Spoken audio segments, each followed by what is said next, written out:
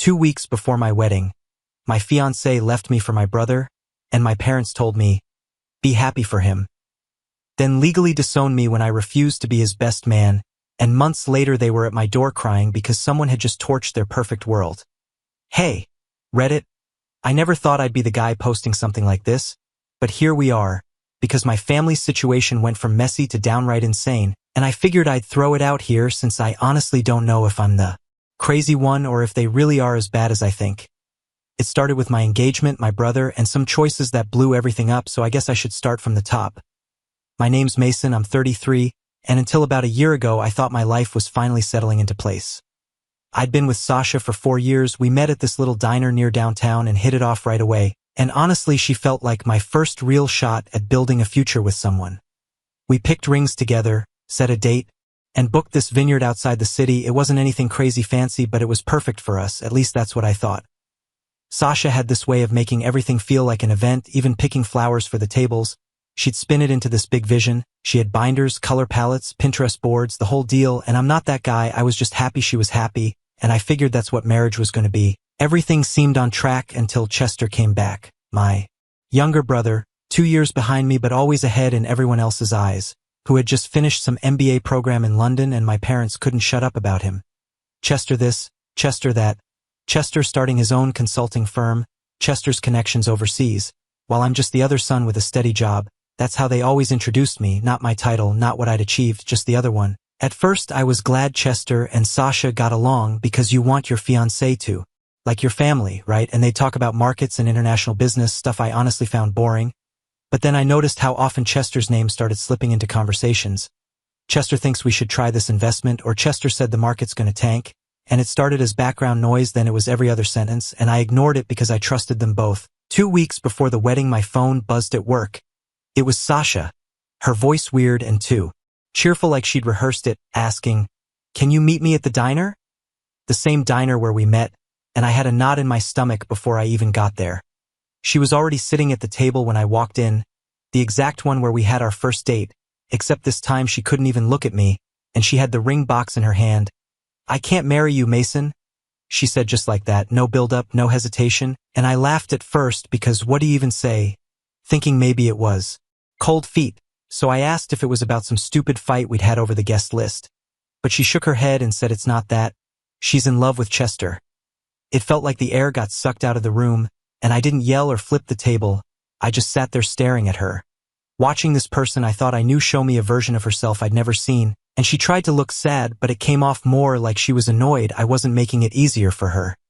Then she slid the ring box across the table toward me like it was some kind of parting gift, saying, "I think you should have this back." Standing up to leave without even waiting for me to respond, just tossing it over like it was nothing and walking out.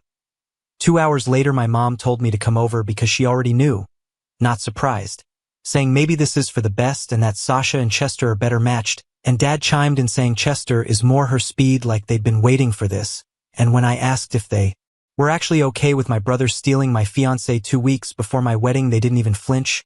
Mom saying people fall in love, Mason, better now than after the wedding, and Dad adding you'll find someone else, because Chester and Sasha are perfect for each other.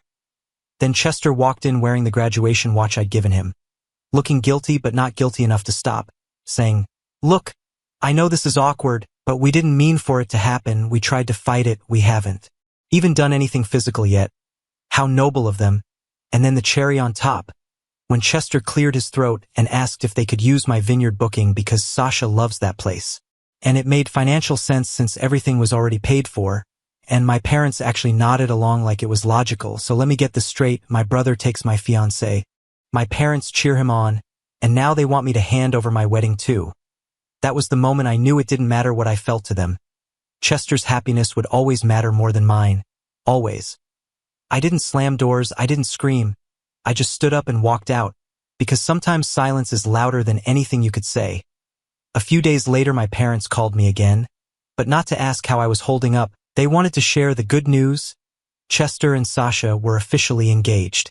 My mom sounded over the moon, like she'd been waiting for this announcement her whole life. And Dad said it was fate that the two of them found each other.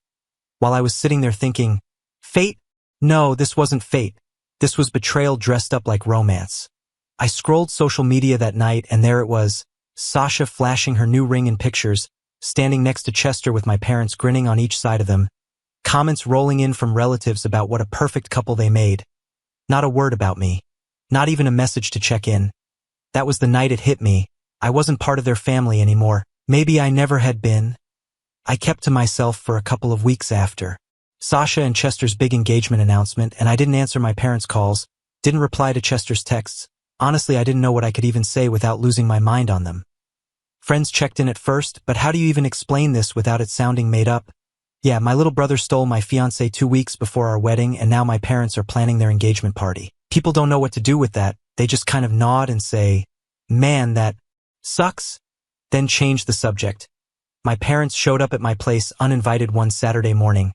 I opened the door and there they were smiling like nothing was wrong. "Mason?"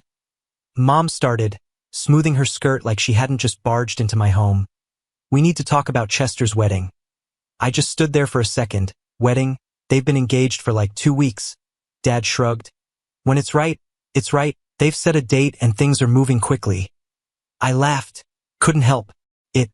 "So my fiancé dumps me for my brother and 2 weeks later you're here to plan their wedding with me. You hear yourselves, right?" Dad's voice went firm. "Enough with the victim routine. We're here because Chester wants you to be his best man." I actually thought he was joking. I laughed again louder this time. "His what? Best man?" Mom repeated like it was perfectly normal. "It would mean so much to him and to us. This is your chance to show you're the bigger person, to rise above all this pettiness and be there for your brother."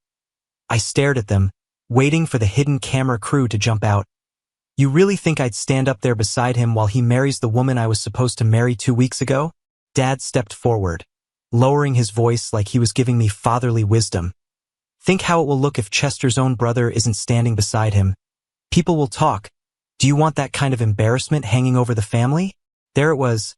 Not my feelings, not my pain, just their obsession with appearances. They didn't care that I was humiliated. They cared that other people might notice. "You know what's embarrassing?" I snapped. "The fact that you let this happen. The fact that you both knew Chester had feelings for Sasha and decided not to warn me. The fact that you clapped when they announced their engagement instead of asking if I was okay. That's embarrassing." Mom's eyes narrowed. "We only suspected Chester liked her. We didn't want to stir up drama where there might not be any." "Not stir up drama?" I laughed bitterly. "So you let me walk blind into a wedding while Sasha and Chester were already halfway there. That's not protecting me. That's setting me up." Dad's voice got sharp. "Mason, they tried to do the right thing. They fought their feelings. They didn't even sleep together until after she broke up with you." "Oh wow, how noble." I shot back. "They waited a whole day to jump into bed. Guess I should be sending them a thank you card." The room went silent for a beat. Dad cleared his throat, resetting. "Regardless of how you feel, Mason, the wedding is happening. Chester is happy, Sasha is happy, and we expect you to be there as best man." I stood up staring them both down. "Let me make this clear. I will not stand at an altar next to my brother while he marries my ex-fiancée. I will not smile for pictures. I will not pretend this is some great love story. You can call it fate, you can call it family, but I call it betrayal. And I want no part of it." Mom's voice went icy. "You're overreacting. He's your brother. This is your chance to prove you're loyal to the family." "No," I said flatly. "This is my chance to prove I still have a shred of self-respect. Something you've all clearly forgotten about." They didn't stay much longer after that, just more muttering about me being selfish, more disappointed looks, and then they left. I shut the door behind them and stood there for a long time, my hands shaking, but my heart pounding with this strange mix of anger and relief, because for once I hadn't backed down. A few weeks later, the wedding actually happened, and I wasn't there, obviously, and I didn't send a card, didn't send a gift, nothing. I found out everything secondhand through social media posts from relatives. Group pictures with everyone beaming like this was the fairy tale ending they'd all been waiting for. And they even held the ceremony at the vineyard I had booked, the place I'd spent months planning around, and my parents uploaded photo after photo of Chester and Sasha standing in front of the same arch I had chosen. Our son Chester finally getting his happy ending. And not a single mention of me, not one. Sitting in my apartment scrolling through all of it, I realized something else. Maybe this was the best thing that could have happened because now I knew exactly where I stood. I thought that was the end of it. They had their perfect wedding, their shiny Facebook pictures, their true love conquers all garbage, and I figured maybe now they'd finally leave me alone. But I should have known better because my family doesn't quit, not because they care, but because they can't stand losing control. At first it was little things, my mom leaving voicemails about Thanksgiving, asking if I'd put the past behind me and come join the family table. My dad leaving these clipped messages about how it's childish to isolate yourself, and I ignored all of it. Then one day I came home from work and realized my front door was unlocked. And at first I thought maybe I'd been careless, but when I stepped inside, there they were, Mom, Dad, and Chester, sitting in my living room like they owned the place, and my stomach dropped because the only way they could have gotten in was with the spare key I'd given my parents for emergencies. And I guess in their minds, me not falling in line counted as one. "What the hell are you doing here?" I asked, dropping my bag. Dad leaned back on the couch completely calm and said, "We need to talk." "No." I shot back immediately. "You need to get out." "Mason," Chester said, standing up with his hands raised like I was some wild animal. "Just give us 5 minutes. Okay? Get out," I said, because this had gone on long enough. Mom declared, her voice sharp like she was the one who'd been wronged. "You're 33 years old, Mason, and you're acting like a spoiled child. You're ruining our reputation." I laughed cold. A spoiled child? That's what you call someone who lost his fiancée to his brother and got told to smile about it. Chester's voice rose. "I'm sick of this. I'm sick of walking around feeling guilty for being happy. For once in my life I found something real, and all you do is throw it in my face." "Something real?" I barked out a laugh. "You mean marrying her in the venue I booked?" "Yeah, that's real, all right, real pathetic." "Enough." Dad's voice thundered through the room as he stood pointing at me like I was 12 years old again, saying this anger and resentment was poisoning everything. That Chester didn't make a mistake, he made a choice, and it was time I let it go, because Sasha was part of their family now. Chester was happy, they were all happy, and the only one sulking was me, and that was a choice I was making. I just stood there staring at the three of them, the people who were supposed to love me, supposed to have my back, and all I could think was, they'll never see it. They'll never see me. "You're right," I said quietly, and they all looked surprised like I'd just given in. "You're right," I repeated. "I am making a choice. I'm choosing not to pretend this is okay. I'm choosing not to waste another second trying to earn approval from parents who only see me as the backup son." Dad's face hardened. "If you can't move on, then maybe you don't belong in this family anymore." I stared him down. "And what if I don't? What if I don't move on? What then?" His jaw tightened, his eyes narrowing like he was about to hand down a sentence, and he said, "Then maybe we'll have no choice but to cut you off for good." I stepped toward the door and pulled it open, holding it wide. "Go ahead, do it. Make it official because I'm done pretending I still have a family here." We locked eyes for a long second, neither of us blinking, and finally he turned away, muttering to Mom about how I'd regret this, while they filed out still throwing little digs about me being selfish and about me tearing the family apart. I told them to leave the spare key, no more surprise visits, no more so-called interventions. For the first time in months, I felt like I had taken something back, and of course I didn't realize then how far they'd actually go. For a while, I thought maybe I'd finally scared them off because after the key in the door stun I figured they'd back down, and weeks passed and things were quiet, too quiet, but then little stuff started happening that didn't sit right with me. At work, my boss, who'd always been fair with me, suddenly seemed distant. He stopped looping me into meetings I normally ran, and coworkers I got along with acted awkward, like they knew something I didn't, and one guy even asked if I was doing okay in that slow, cautious tone you'd use with somebody fresh out of a psych ward. I brushed it off at first, maybe I was paranoid, but then my manager pulled me into his office, closed the door, leaned back in his chair, and gave me this look like he was about to deliver bad news, and he said, "Mason, your father called me." And just like that, my stomach dropped. Apparently Dad had reached out to him through old connections, said he was worried about me, told my boss I'd been unstable since the breakup, that I might not be able to handle stress at work, and he framed it as concern, but it was really a hit job, a way to paint me as unreliable so I'd come crawling back to the family for support. I sat there stunned, gripping the armrest of the chair so tight my knuckles hurt, and my boss must have seen the look on my face because he quickly added, I don't believe a word of it. You've been one of our most dependable people. And he explained that HR had even logged it as an inappropriate third-party complaint, which honestly just made me look better on paper, and he said he just thought I deserved to know. That night, I called Dad, no hello, no pleasantries, just asking what the hell he thought he was doing calling my job, and he didn't even deny it. He said, Mason, I was worried. You've been shutting us out, isolating yourself. I thought maybe your employer should know in case. And I snapped back. In case what? In case I embarrassed you, in case I didn't fall in line. You tried to wreck my career because I wouldn't stand next to Chester at his wedding. And he told me not to be dramatic in that calm, patronizing tone that always set my teeth on edge, saying he was trying to protect me, but I shot back that he was trying to control me, and when he couldn't do it with guilt, he tried to do it with sabotage. There was silence for a second, and I almost thought maybe I'd actually gotten through to him. But then his voice dropped colder than I'd ever heard it, and he said, if you won't move on from this, Mason, maybe you don't belong in this family anymore. And my heart was pounding as I forced the words out, asking what if I didn't move on, what then? And after a pause he said it, then we'll make it official.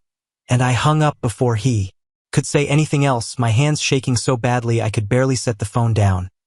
A week later he showed up at my door, and when I opened it he was standing there in one of his tailored suits, an envelope in his hand, wearing that same grim expression he used to have when he was about to ground me as a teenager. Except this time it wasn't about missing curfew, and he said flatly, Mason, this is your choice, holding out the envelope. I took it without breaking eye contact. The paper was heavy and professional, and inside was a single sheet of law firm letterhead, the kind his office used for contracts, full of legal language, but the point was simple. I was being cut out, all financial ties severed, all claims to inheritance revoked, officially removed from any trusts, accounts, or estate planning, with zero authorization to use the family name in business. And at the bottom were both his and Mom's signatures. I read it twice before looking back at him, and he said, like it was my fault. You actually did it, you forced our hand. And I repeated slowly, I forced your hand by being upset that my brother stole my fiancé. You forced our hand by choosing bitterness over family. And I laughed, sharp and humorless, saying, you mean by choosing self-respect? And his jaw tightened, but he didn't back down, telling me I chose pride over family and that Chester has always been the better son anyway, that we should have done this years ago. That one hit harder than I wanted to admit, but I didn't let it show. I folded the letter neatly, slid it back into the envelope and handed it to him, saying, you know what, you're right. This is what I chose. Thanks for making it easy. And behind him I could see Mom sitting in the passenger seat of their car, staring straight ahead and refusing to even look at me. Chester wasn't there. Maybe he didn't have the stomach for it, or maybe they just didn't trust him not to crack. And Dad stood there another second like he was waiting for me to beg. I didn't.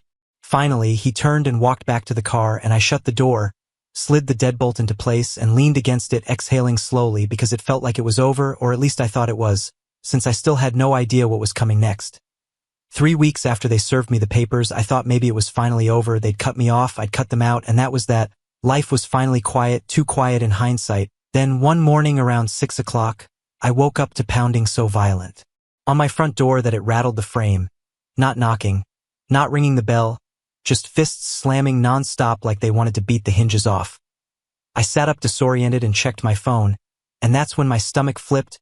147 missed calls, 89 voicemails, over 150 texts, all from Mom, Dad, and Chester. The banging didn't stop. My name echoed through the wood like they were exorcising a demon, and I could even hear Mom crying between shouts. Instead of rushing to answer, I got up, pulled on sweatpants and padded into the kitchen, set up the coffee maker, and let it hiss and gurgle while they kept screaming, because if they wanted my attention, they could wait until I had caffeine.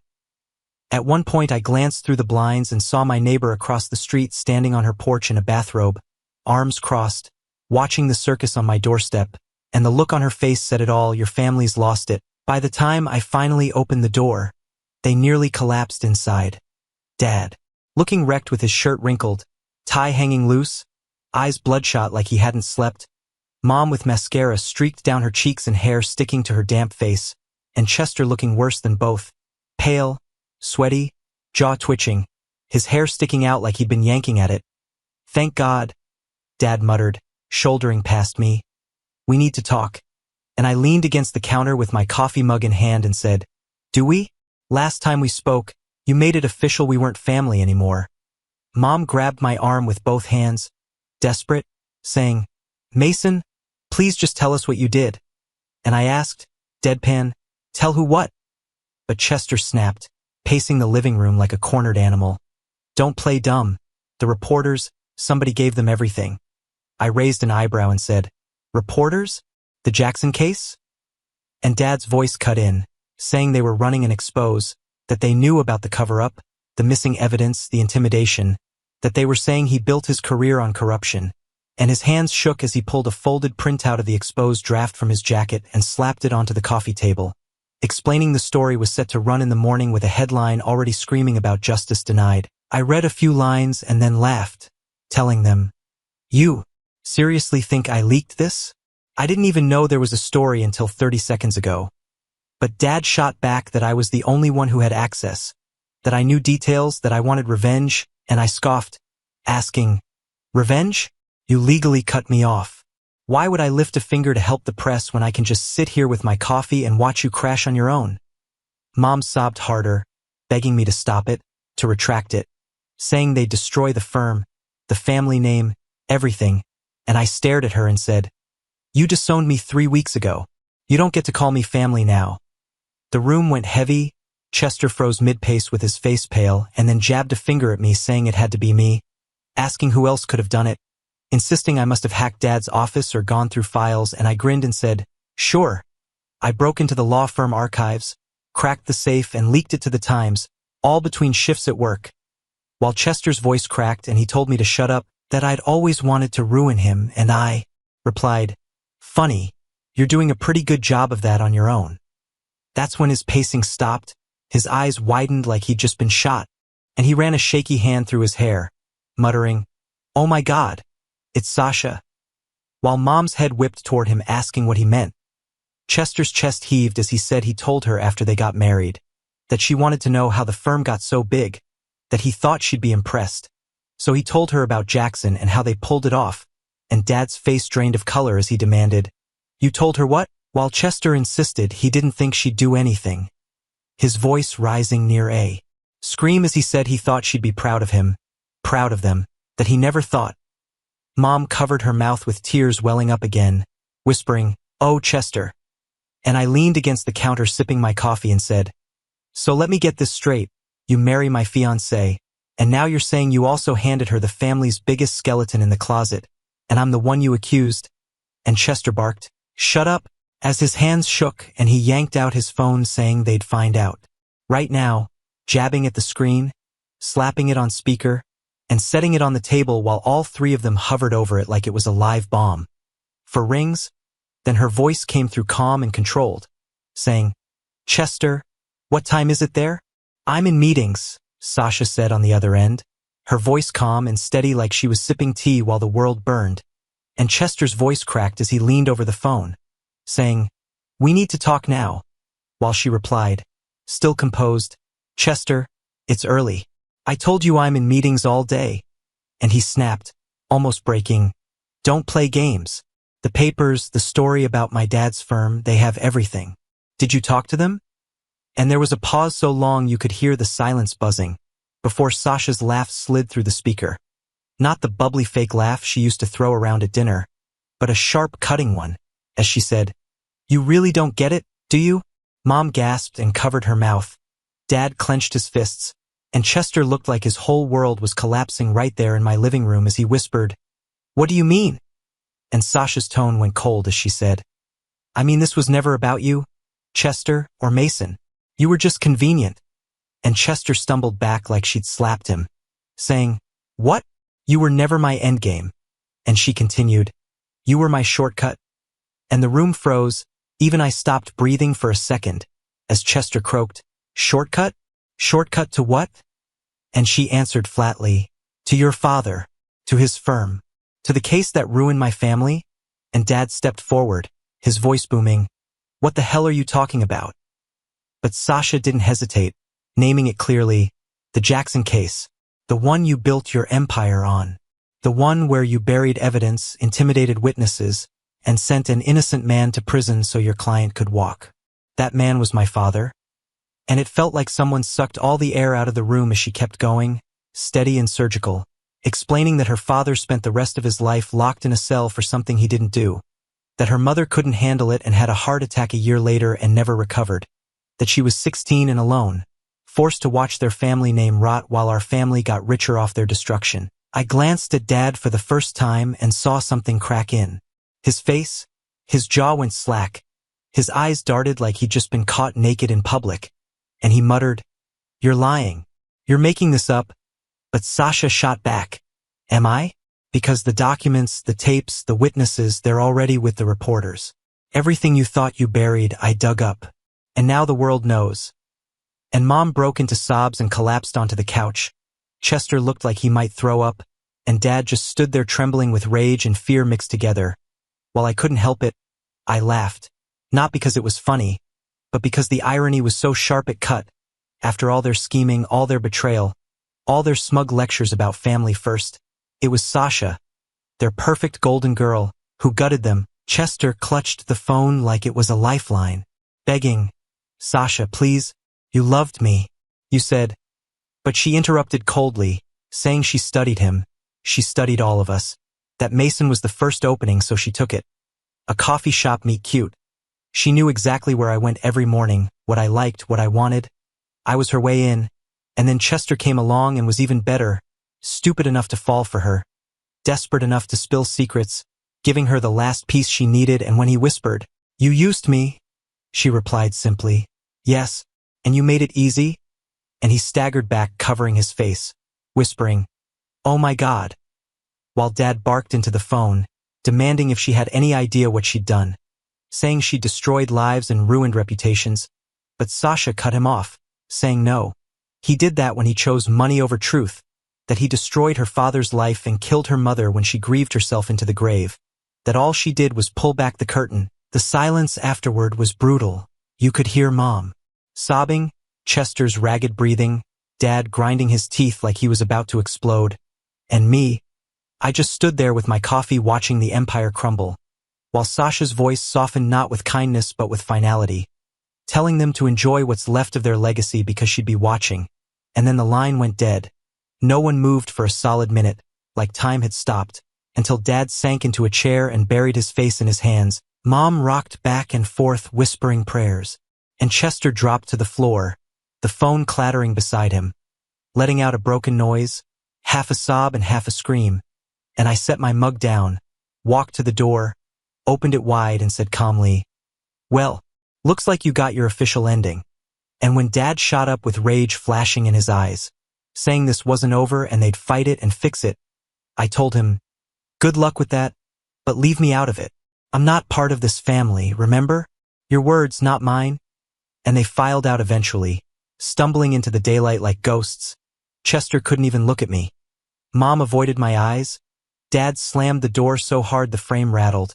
And when the house went quiet again, I sat back down with my coffee and looked at the engagement ring that had started all of this. And for the first time in months, I didn't feel like the broken one anymore. For once, it wasn't my head under their boot, it was theirs, and the best part was that I didn't have to lift a single finger, because Sasha did all the dirty work, and she didn't even do it for me, she did it for herself. The expose hit the newsstands the very next morning, with a big bold headline on the front page reading, "Prominent attorney built career on wrongful conviction."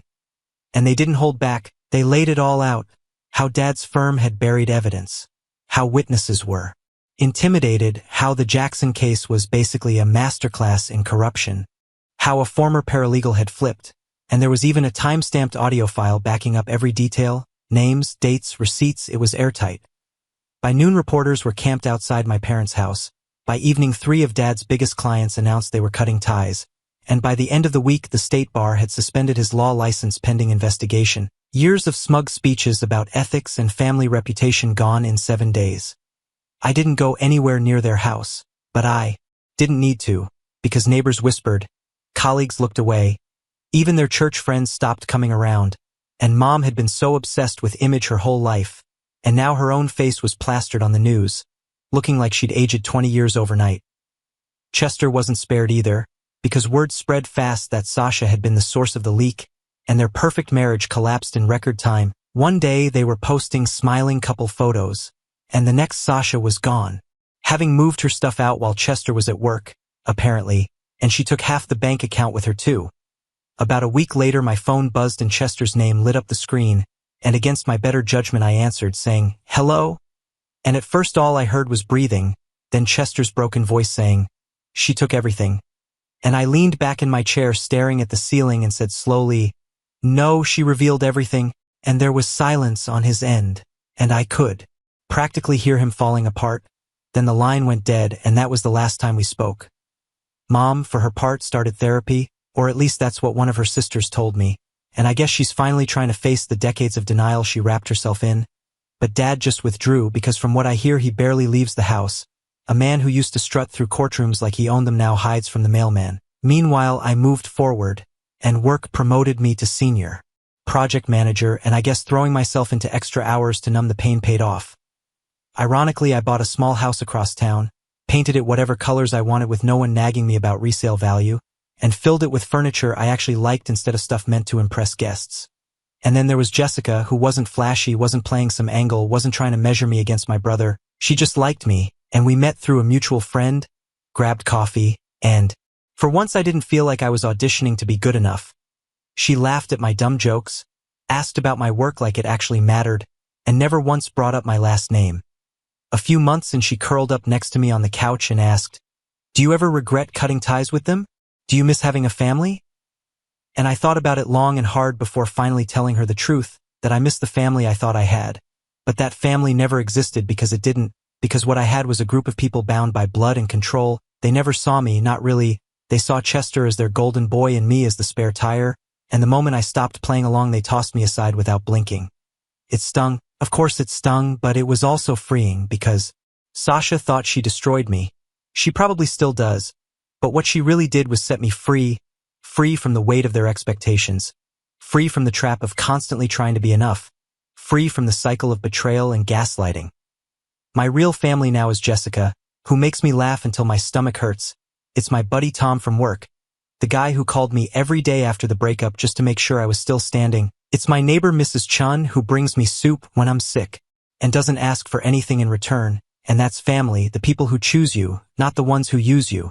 And every time I think back to that engagement ring still sitting in its little velvet box, I don't feel the old sting anymore. I feel relief. Relief that I didn't marry into a life built on lies. Relief that I dodged a bullet I never saw coming. Dad's firm is gone, Chester's marriage is gone, my old life is gone, and good riddance because I finally get to build something real. Something mine, and for the first time, maybe ever, I'm not looking for their approval. I don't need it. I never did, because family isn't about blood. It's about who shows up when everything falls apart, and mine's finally worth keeping.